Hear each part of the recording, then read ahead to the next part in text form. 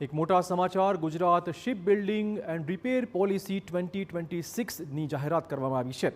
CM Bhupendrabhai પટેલે ship building and repair policy 2026 જાહેર કરી હતી। પોરબંદરના કુછડી ખાતે મેગા ગ્રીનફિલ્ડ ક્લસ્ટર સ્થાપવામાં આવશે। નવી પોલિસીથી 27,000 કરોડથી વધુનું ઇન્વેસ્ટમેન્ટ આવે તેવી શક્યતાઓ છે।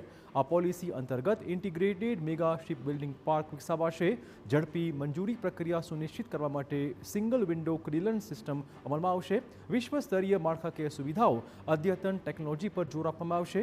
આ ઉપરાંત શિપ બિલ્ડિંગમાં ક્ષેત્રમાં સ્ટાર્ટઅપ્સ અને સંશોધનને પણ પ્રોત્સાહન આપવામાં આવશે। રાજ્યમાં શિપ બિલ્ડિંગ ઉત્પાદન ક્ષમતા 50 લાખ ડેડવેઇટ ટનેજથી વધુ સુધી વધારવાની સાથે બે ઇન્ટિગ્રેટેડ મેગા શિપ બિલ્ડિંગ પાર્ક્સની સ્થાપના કરાશે। આ ઉપરાંત 5 લાખથી વધુ લોકોને કૌશલ્ય વિકાસ અને ક્ષમતા વર્ધનની તાલીમ આપીને રોજગારની નવી તકો ઊભી કરાશે। 3300 કરોડ રૂપિયા જેટલી જે મરીન ફેસિલિટી ઊભી થશે અને ઉપરાંત જે પ્રાઇવેટ મૂડીરોકાણ કરવાના છે એ 23,700 કરોડ રૂપિયા જેટલું મૂડીરોકાણ કરવાના છે।